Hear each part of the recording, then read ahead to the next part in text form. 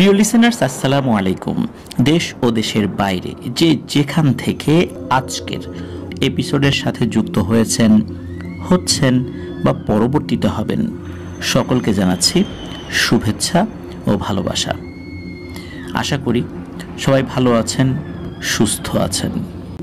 চলুন মূল ঘটনাতে চলে যাই। প্রিয় লিসেনার্স, এখন যে ঘটনাটি আপনাদের সাথে শেয়ার করব, ওনার নাম সাকিব। ওনার বাড়ি শেরপুর জেলার সদর উপজেলার দক্ষিণ নবীনগর হলদিপাড়া গ্রামে। উনি যার কাছ থেকে ঘটনাটি সংগ্রহ করেছিলেন, তো ওনার খুব কাছের এক বড় ভাই মোহাম্মদ দুলাল শেখের কাছ থেকে। আর এই যে দুলাল ভাই, উনি ঘটনাটি সংগ্রহ করেছিলেন তার এক কলিগ, তার নাম হচ্ছে রাজু হোসেন জনি, তার কাছ থেকে। মূলত এই রাজু হোসেন জনি ভাইয়ের দুঃসম্পর্কের এক চাচা, তার নাম হচ্ছে জামাল। আর ওই জামাল ভাইয়েরই আপন দুই ছোট ভাই, একজনের নাম কামাল আর একজনের নাম হলো কালাম। এই তিনজনের সাথে একত্রে ঘটনাটি ঘটেছিল। ঘটনাটির শিরোনাম মাঝ নদীতে নরখাদক। শিরোনাম শুনেই বুঝতে পারছেন ঘটনাটি কেমন হতে পারে। চলুন শুরু করি ঘটনাটির সময়কাল 1980 থেকে 82 সালের মাঝামাঝি শীতকালে কোনো একটি সময়। এই যে জামাল, ওনার বাসার পাশেই কিন্তু একটি নদী রয়েছে। এখনো কিন্তু ওই নদীটি শুকিয়ে যায় নাই, সেটা এখনো ওরকমই রয়েছে। নদীটির নাম প্রকাশ করার অনুমতি পাওয়া যায়নি, যদিও বা সেই নদীটির নাম জানানো ওনারা কর্তব্য মনে করেছেন এবং আমাদেরকে জানিয়েছেন, কিন্তু যেহেতু নাম প্রকাশের অনুমতি নাই, এই জন্য আমরা এটা বলতে পারলাম না। তো এই যে জামাল এবং তার দুই ভাই কামাল এবং কালাম, ওনাদের দাদির লাশকে কেন্দ্র করে ঘটনাটি ঘটেছিল। এই জামালের বিয়ের পর খুব ভালোভাবেই তারা পরিবারের সকলেই মিলে দিন কাটাচ্ছিলেন। হঠাৎ করে একদিন সন্ধ্যার পর তাদের দাদি বার্ধক্যজনিত কারণে মারা যান। পরিবারের শোকের ছায়া নেমে আসে। যথারীতি জামালের দাদির লাশ গোসল দিয়ে কাফন করাতে রাত প্রায় 8টা বেজে যায়। আর ওই সময় কিন্তু রাত 8টা মানে কিন্তু গ্রামাঞ্চলে অনেক রাত। আর ওনারা চিন্তা করেন যে লাশ তো এখন দাফন করতে হবে। প্রবলেম হলো যে এই লাশটাকে দাফন করার জন্য নৌকায় করে প্রায় 30 মিনিট ধরে নদী পার হয়ে ওই পাশে যেতে হবে। কেননা আশেপাশের এলাকায় একমাত্র কবরস্থান বলতে যেটা ছিল সেটা হচ্ছে ওই নদীর ওপারে। কিন্তু এখানে হয় সমস্যা আর একটা। এই জামাল ভাইদের যে বাসা, এই বাসাটা কিন্তু জনবহুল এলাকার মধ্যে না থাকায় তাদের পরিবারে তারা 3 ভাই ব্যতীত অন্য কোনো পুরুষ মানুষ ছিলেন না। আর তাদের পরিবারের আর একটা অংশ, আত্মীয় স্বজনরা, তারা সকলেই ছিলেন নদীর অপর প্রান্তে। মূলত জমি জমা নিয়ে তাদের পরিবারের মধ্যে বিরোধ থাকার কারণে নদীর এই প্রান্তে এসে তারা বসতবাড়ি তৈরি করে থাকতে শুরু করেন। এখন কথা হলো, লাশ তো নৌকায় করে নদীটা পার হয়ে ওই পাশে নিয়ে যেতে হবে। এখন 3 ভাই, দাদির লাশকে তো নিয়ে যেতেই হবে। এখন লাশ তো ফেলে রাখা যাচ্ছে না। ওনারা একটা খাটিয়ায় করে লাশটা নিয়ে রওনা দিলেন।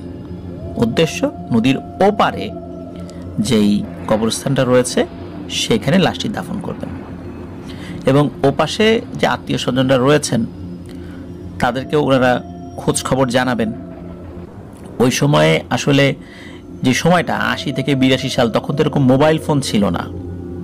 আর মারা গিয়েছেন রাতের বেলা। গ্রামের লোকজন কিন্তু ওই সময়টাতে সন্ধ্যার পরপরই খাওয়া দাওয়া করে ঘুমিয়ে পড়তেন। মূলত ওই খাওয়া দাওয়া করে শোয়ার পরই দাদির শরীর খারাপ লাগা শুরু করে এবং তারপরে উনি মারা যান। তাহলে পুরো গ্রাম কিন্তু একদম ঘুমে অচেতন ওই সময়ে।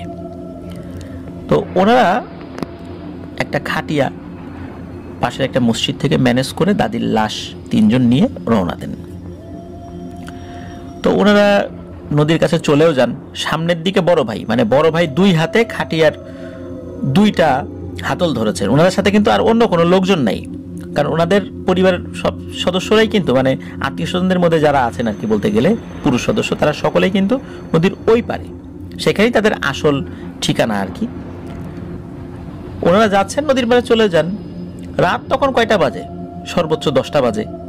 এখনকার সময় 10টা তো আসলে বেশি রাত না, কিন্তু ওই সময়ের প্রেক্ষাপটে, ওই গ্রামের প্রেক্ষাপটে, চরাঞ্চলের প্রেক্ষাপটে সেটা অনেক রাত। তো ওনারা নদীর ওখানে গিয়ে দেখতে পান যে একজন মাঝি নৌকায় একজন বৃদ্ধ যাত্রী নিয়ে বসে আছেন। তখন এই জামাল ভাই ওই মাঝিকে উদ্দেশ্য করে বলেন যে লাশটি ওপারে নিয়ে যাওয়ার জন্য তাকে। কিন্তু সমস্যা হলো ওই মাঝি বলেন যে আমি লাশ নিয়ে নৌকায় যেতে পারবো না। তখন ওই জামাল ভাই ওই মাঝিকে উদ্দেশ্য করে বলেন যে ভাই, আপনি কি মারা যাবেন না কখনো, নাকি সারা জীবন পৃথিবীতে থাকবেন? এখন একজন বৃদ্ধা মহিলা মারা গেছেন, তার লাশ নিয়ে যাবেন না, এটা কোন ধরনের মানবিকতা? যাই হোক, ওই মাঝি তো কিছুতে রাজি হয় না, বলে না ভাই, আপনি যে কথাই বলেন না কেন, এই লাশ আমি এই রাতের বেলা, দিনের বেলা হইলে একটা কথা ছিল, কিন্তু রাতের বেলা আমি লাশ নৌকায় উঠাবো না, দরকার হলে সকাল পর্যন্ত অপেক্ষা করবো এখানে, কিন্তু লাশ আমি নৌকায় উঠাবো না। ওনারা বলছেন এটা তো কোনো আত্মহত্যার লাশ না, অপমৃত্যুর লাশ না, কিন্তু মাঝি কিছুতেই বোঝে না। মাঝি বলেন না, আমি উঠাবোই না, এসব কথাবার্তা বলে লাভ হবে না। একটা পর্যায়ে এসে মাঝি রাজি হন, তবে মাঝি বলেন যে ঠিক আছে, লাশ আপনারা নিয়ে যেতে চান আমার নৌকায়, যান, তবে আমি যাব না, আমি এই পাশে থাকলাম, এই যে একজন বৃদ্ধ লোক বসে আছে, একে নিয়ে আর আপনাদের দাদির লাশ নিয়ে আপনারা 3 ভাই নৌকা চালাতে চালাতে ওই পাশে চলে যান। তখন আবার জামাল ভাই বলে যে আপনার নৌকা আমি ওই পাশে নিয়ে যাব, আপনার নৌকাটা বুঝাই দিতে হবে না? বলে আপনার লাশ দাফন করে চলে আসবেন, তাদের তো অনেক সময় লাগবে। সময় লাগে লাগুক, কিন্তু আমি লাশ নিয়ে যাব না, যেহেতু বলছেন গ্রামের মানুষ পরিচিত, কিন্তু লাশের সাথে আমি যাব না। এই মাঝির এই যে এইরকম ঘাটতেনামি শুরু করে দিয়েছে, এখন ওই নৌকা ছাড়া তো ওখানে আর কোনো নৌকা নাই রাতের বেলা। বাধ্য হয়ে এই জামাল ভাই মাঝির প্রস্তাবে রাজি হলেন, আর মাঝি বলে দিলেন ওই পারে মানিক নামে একজন আছে, তাকে চিৎকার দিয়ে ডাকলেই মানিক উত্তর নেবে, মানিকের কাছে নৌকা বুঝিয়ে দিয়ে ওনারা যেন লাশ নিয়ে চলে যান। এদিকে এই যে নৌকায় যে বৃদ্ধ লোকটি বসেছিলেন, যখন এই মাঝি আর নৌকার সাথে যাবে না এবং শেষমেশ ওই লাশটি যখন ওখানে ওঠানো হলো নৌকাতে, এই 3 ভাই একটা অদ্ভুত বিষয় খেয়াল করলেন। সেটা হলো যে ওই যে বৃদ্ধ লোকটি মনে হলো খুব খুশি হয়েছে, এতক্ষণ কিন্তু সে কোনো কথা বলে নাই, চুপটি করে নৌকার মাঝখানে বসে আছে। এদিকে জামাল ভাই উনি নৌকা চালানো শুরু করে দিয়েছেন, আর মূল যে মাঝি সে এপারেই বসে আছে। তো কিছুটা পথ কেবল গিয়েছেন, এমন সময় ওই বৃদ্ধ লোকটি বলে, রে বাপুরে, আমার তো ঘুম আসতেছে, শরীরটাও ভালো লাগতেছে না, আমি একটু শুয়ে পড়ি। এই কথা বলতে না বলতেই ওই যে খাটিয়া, যেটা ওই খাটিয়ার পাশে এসে এই বৃদ্ধ লোকটি একটা চাদর মুড়িতে শুয়ে পড়েছেন।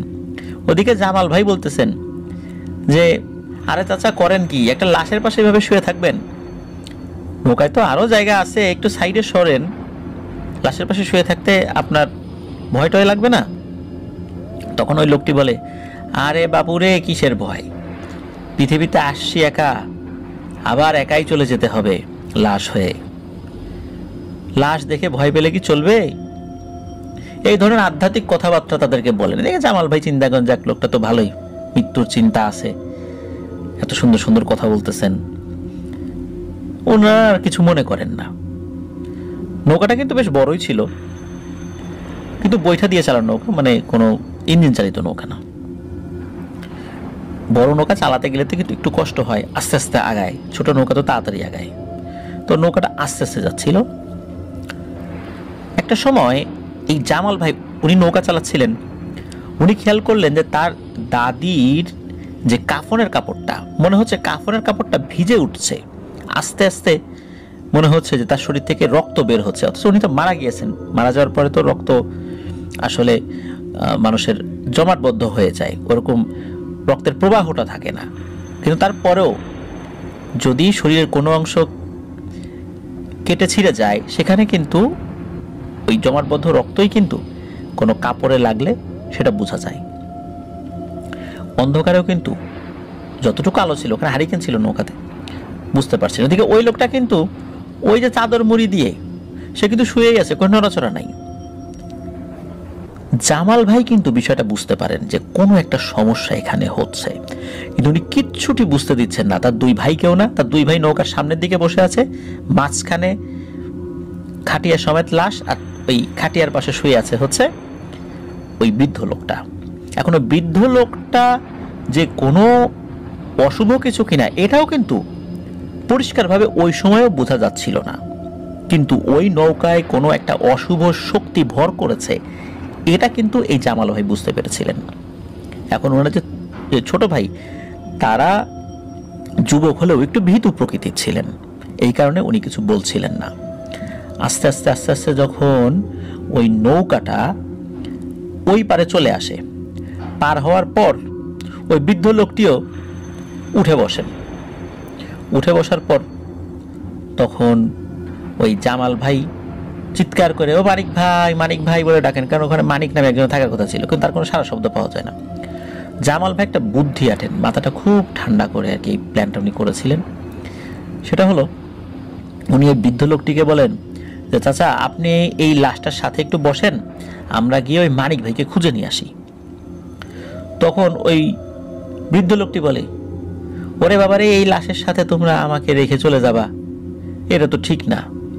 তখন আবার জামাল ভাই বলেন, এটা আবার কি কথা বললেন, একটু আগেই না বললেন যে পৃথিবীতে আসছি একা, চলে যাব একা, লাশ হয়ে যেতে হবে, লাশ দেখে ভয় গিয়েছে, তাই এখন ভয় পাচ্ছেন কেন? তখন বলে, আরে ওই সময় তো বলছিলাম তোমরা সাথে ছিলা, এই জন্য বলছিলাম, এখন তোমরা সবাই চলে যাবে, লাশের পাশে আমাকে বসায় রেখে যাবে, এটা কি হইলো নাকি? তখন জামাল ভাই বলেন যে আপনার চিন্তার কোনো কারণ নাই, আমরা দূরে যাব না, জাস্ট খালি এই যে এতটুকু এই ঘাট থেকে উপরে উঠে দেখবো এই মানিক ভাই কোন দিকে গেল। আর তাছাড়া আমাদের আরো আত্মীয় স্বজন আছে, তাদেরকে একটু চিৎকার করে ডাকতে হবে, আমাদের সব আত্মীয় স্বজন তো এই পারে। তখন ওই বৃদ্ধ লোকটিকে বোঝাতে সক্ষম হন এবং বৃদ্ধ লোকটি বলেন যে বাপুরে, আমি কিন্তু চোখে কম দেখি, আমার দৃষ্টি সীমা যতটুকু আছে, যতটুকু আমি দেখতে পাই, তোমরা কিন্তু এর বাইরে যাও না, আমি কিন্তু খুব ভয় পাই। তখন এই জামাল ভাই বলেন যে হ্যাঁ ঠিক আছে, আমরা কাছাকাছি থাকবো।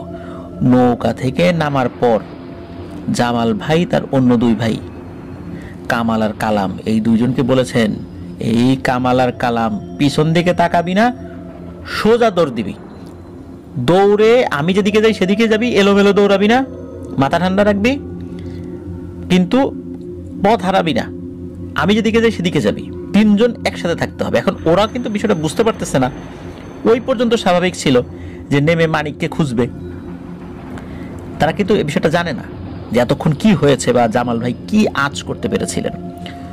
আর জামাল ভাই বলে দিয়েছেন, এখন কোনো প্রশ্ন করিস না, যা বলার পরে বলবো।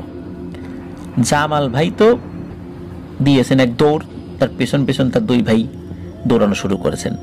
আর ওই যে ওই বৃদ্ধ বলতেছেন, ওই ধোকাবাজ, এইভাবে আমাকে রেখে দৌড়াচ্ছিস, দাঁড়া দাঁড়া, ফল ভালো হবে না কিন্তু, দাঁড়া। এদিকে ওনারা তো দৌড়েই যাচ্ছেন, এদিকে দৌড়াচ্ছেন, আর পেছন থেকে ওই বৃদ্ধর চিৎকার, দৌড়ালে তো আসলে বৃদ্ধর চিৎকারটা আস্তে আস্তে ক্ষীণ হয়ে আসার কথা, কিন্তু মনে হচ্ছে ওই বৃদ্ধ তাদের কাছেই রয়েছে, এরকম শব্দ মনে হচ্ছিল। এদিকে ওনারা দৌড়াচ্ছেন, দৌড়াতে দৌড়াতে হঠাৎ করে জামাল ভাইয়ের ওই অন্ধকারেই নজরে পড়ে একটা গোয়াল ঘরের মতো কিছু একটা দেখা যাচ্ছে এবং ওখানে গরুও আছে। তো উনি ওনার দুই ভাইকে কি বলেছেন যে এইদিকে আয়, গোয়াল ঘরের ভিতরে ঢুকবো। এখন ওই দুই ভাই বলতেছেন যে ভাই, সামনে তো বাড়ি ঘর আছে, বাড়ি ঘরে যাই, কয় না তুই তাড়াতাড়ি আয়, গোয়াল ঘরে ঢুকবো। ওনারা দৌড়ে গোয়াল ঘরের দরজাটা দড়ি দিয়ে বাঁধা ছিল, দড়ি দিয়ে বাঁধা ওই গিট খুলে ওনারা ভিতরে ঢুকে পড়েন, ঢুকে পড়তে হাঁপাতে থাকেন এবং ওই দুই ভাইকে বলতেছেন একদম চুপ করে বসে থাক, কোনো কথা বলবি না।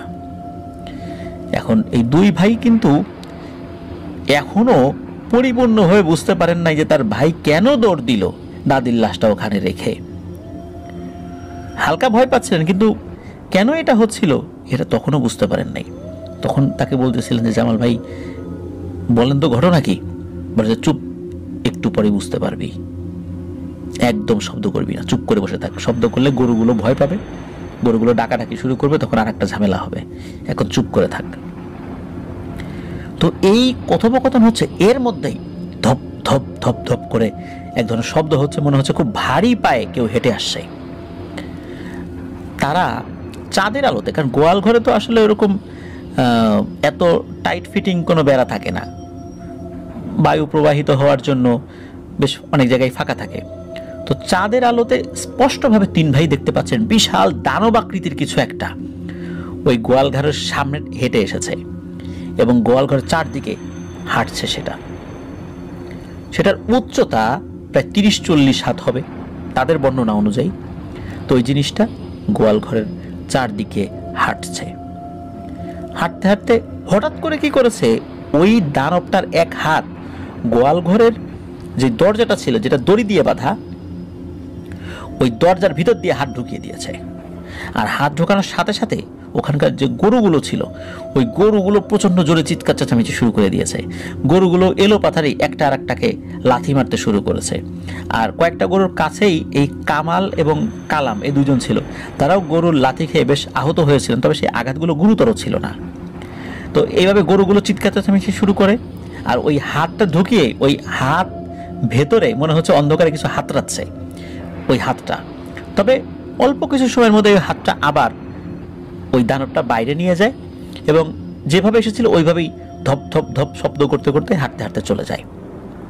তো ওনারা তো ওখান থেকে বাইরে বের হচ্ছেন না। এদিকে গরু মাঝে মাঝে রাতের বেলা এরকম শব্দ করেই। এই চিন্তা করে বাড়ির মালিক উঠে গেলেও, মানে ঘুম থেকে উঠে গেলে ওনারা আর ভেতর দিকে আসেন নাই, যে আরো বেশিক্ষণ শব্দ হলে ওনারা আসবেন। তো দেখা গেল যে শব্দ থেমে গেছে, ওনারা আসেন নাই। আর ওই গ্রামে গরু চুরির ঘটনা ঘটতো না, এতটুকু ওনারা নিশ্চিত ছিলেন আর কি।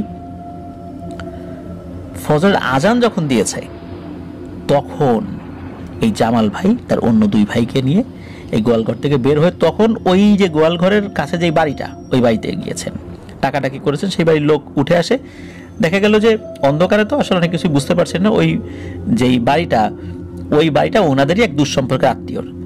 তো ওনারা তো একে অপরকে চিনে ফেলেছে। তো ওই আত্মীয় বলেন, আরে জামাল, কালাম আর কামাল, এত রাতের বেলা তোরা আমাকে ডাকলি? তখন বলেন যে ভাই ঘরের ভিতরে ঢোকান, জরুরি কথা আছে। তখন ঘরের ভিতরে যান এবং বলেন যে এই ঘটনা, আপনার এই গোয়াল ঘরের মধ্যে তো আমরা এতক্ষণ বসেছিলাম। তখন উনি বলেন যে যাক, ভালো করেছিস, এখন যেহেতু আজান দিয়ে দিছে তাড়াতাড়ি চল ওই নদীর ঘাটে যাই, তো দাদির লাশের কি অবস্থা। তখন ওনারা আরও বেশ কিছু লোকজন জোগাড় করে ওই নদীর ঘাটে যান। ততক্ষণে কিন্তু মানে সকালের আলো ফুটে গেছে।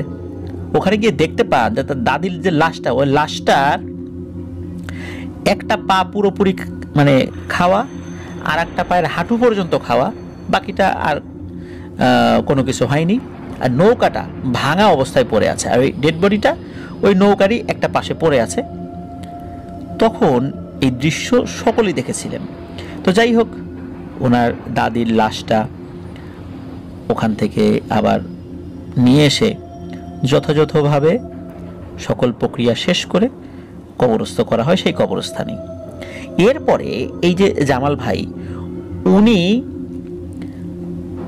কিন্তু বেশ কিছু মানুষের প্রশ্নের সম্মুখীন হয়েছিলেন। যেমন একটা প্রশ্ন হলো যে তুমি বাড়িতে না গিয়ে কেন গোয়াল ঘরে গেলা? তখন এই জামাল ভাই বলেছিলেন যে ওনার দাদা বলেছিলেন যদি কেউ গোয়াল ঘরে ঢোকে বিপদে পড়ে, আশেপাশে অন্য কোনো মসজিদ নাই, কিচ্ছু নাই, কিন্তু গোয়াল ঘর আছে এবং সেখানে যদি গরু ছাগল থাকে তাহলে সেখানে ঢুকে পড়লে বিপদ আপদের সম্ভাবনা খুব কমে যায়। কেননা ওনার দাদা নাকি বিশেষ প্রয়োজনে রাতের বেলা যদি কোথাও যেতেন তাহলে ওই গোয়ালঘর থেকে একটি গরুর সাথে নিয়ে যেতেন, গরুর দড়িটা ওনার হাতে থাকতো, সাথে নিয়ে যেতেন, আবার ওই গরুটাকে সাথে নিয়েই উনি বাড়িতে ফিরতেন। ফেরার পর গরুটাকে আবার গোয়ালঘরে ঢুকিয়ে দিতেন। যদি কখনো রাতের বেলা ইমার্জেন্সি কোনো কারণে দূরে কোথাও যেতে হতো তখন নাকি উনি এই কাজটি করতেন। ওনার দাদাই নাকি এই বিষয়টি শিখিয়ে দিয়েছিলেন। ওই চিন্তা থেকেই উনি মাথা ঠান্ডা রেখে ওই অবস্থাতেই এই কাজটি করেছিলেন। আল্লাহর অশেষ রহমতে উনি বেঁচে গিয়েছিলেন। তবে এখানে আমি একটা কথা বলতে চাই, সেটা হচ্ছে যে অনেক সময় গোয়াল ঘরেও কিন্তু আক্রমণ হয়। তবে এটা নির্ভর করে কোন ধরনের পিশাচ সেখানে আক্রমণ করেছে। অনেক শক্তিশালী পিশাচগুলো কিন্তু এসব কোনো কিছুই মানে না। আগুন দেখিয়েও তাদেরকে ভয় দেখানো যায় না, লোহা দেখিয়েও ভয় দেখানো যায় না। সব ধরনের কলাকৌশল বা ব্যাকরণ ওই ধরনের পিশাচদের কাছে অচল হয়ে যায়। এই ধরনের পিশাচদের খপ্পরে পড়লে কিন্তু বিপদ আছে। তবে এই যে জামাল ভাই যিনি, উনি যে বুদ্ধি করেছিলেন আল্লাহর রহমতে উনি বেঁচে গিয়েছিলেন। ওই বিশ্বাসটা অতটা শক্তিশালী ছিল না, তবে এরপরে একজন হুজুরের সাথে কথা বলা হয়েছিল। হুজুর বলেছিলেন যে তোমাদেরকে ক্ষতি করতে না পেরে রাগ করে এসে ওই নৌকাটি সে ভেঙে দিয়ে যায়। আর যেহেতু লাশার এই যে লাশটা ছিল ওই লাশের বেশ খানিকটা অংশ সে খেয়ে ফেলেছে, তারপর এই ধরনের ঝামেলা হয়েছে, তার আর রুচি ছিল না, লাশটা ওইভাবে রেখে সে চলে যায়। তা না হলে ওই লাশটির একটি অংশ অবশিষ্ট থাকতো না। তো এই ছিল ঘটনা।